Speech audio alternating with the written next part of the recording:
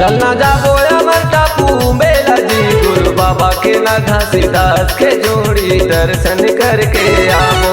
चलना जाबो अमर टापू मेला जी, गुरु बाबा के ना घासीदास के जोड़ी दर्शन करके आवो। 18 दिसंबर के मेला भरा थे, 18 दिसंबर के मेला भरा थे, मेला की जर के आवो।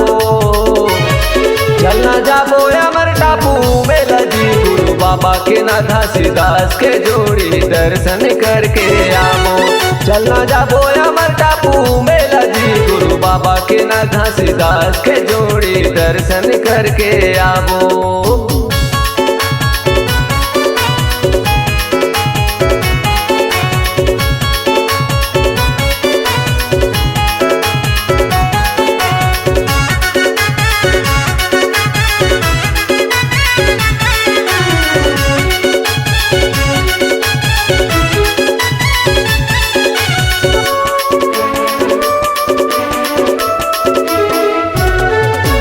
लाखों हजारों नर नारी मन बाबा दरस बर जाथे, बाबा दरस बर जाथे, जोड़ी बाबा दरस बर जाथे।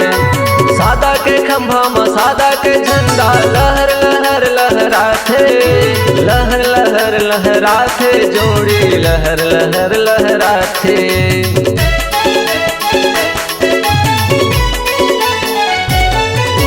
लाखों हजारों नर नारी मन बाबा दरस बर जाथे, बाबा दरस बर जाथे, जोड़ी बाबा दरस बर जाथे।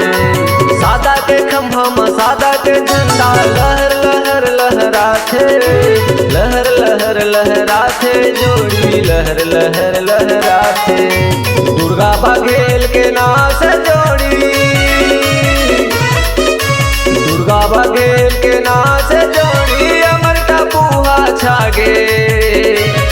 चलना जाबो अमर टापू मेला जी, गुरु बाबा के ना घासीदास के जोड़ी दर्शन करके आवो। चलना जाबो अमर टापू मेला जी, गुरु बाबा के ना घासीदास के जोड़ी दर्शन करके आवो।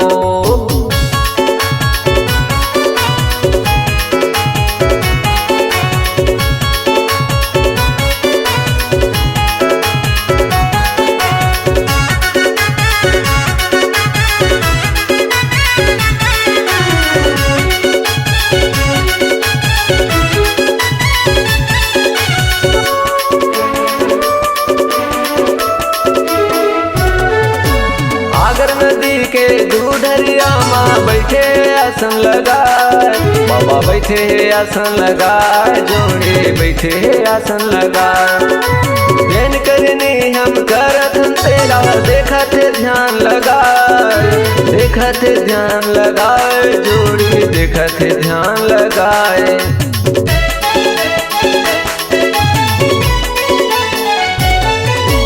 आगर नदी के दूधरिया माँ बैठे आसन लगाए, बाबा बैठे आसन लगाए, जोड़े बैठे आसन लगाए।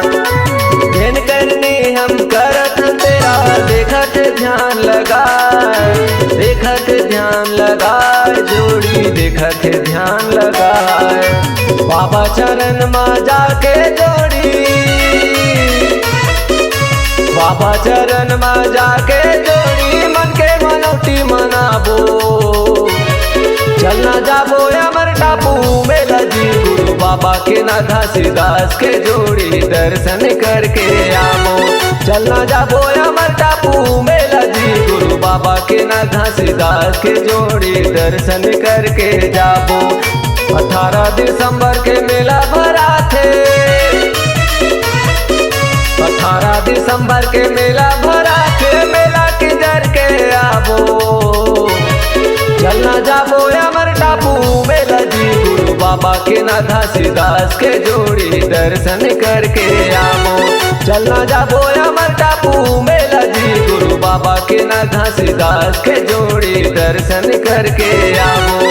चलना जाबो अमर टापू मेला जी, गुरु बाबा के ना घासीदास के जोड़ी दर्शन करके आवो।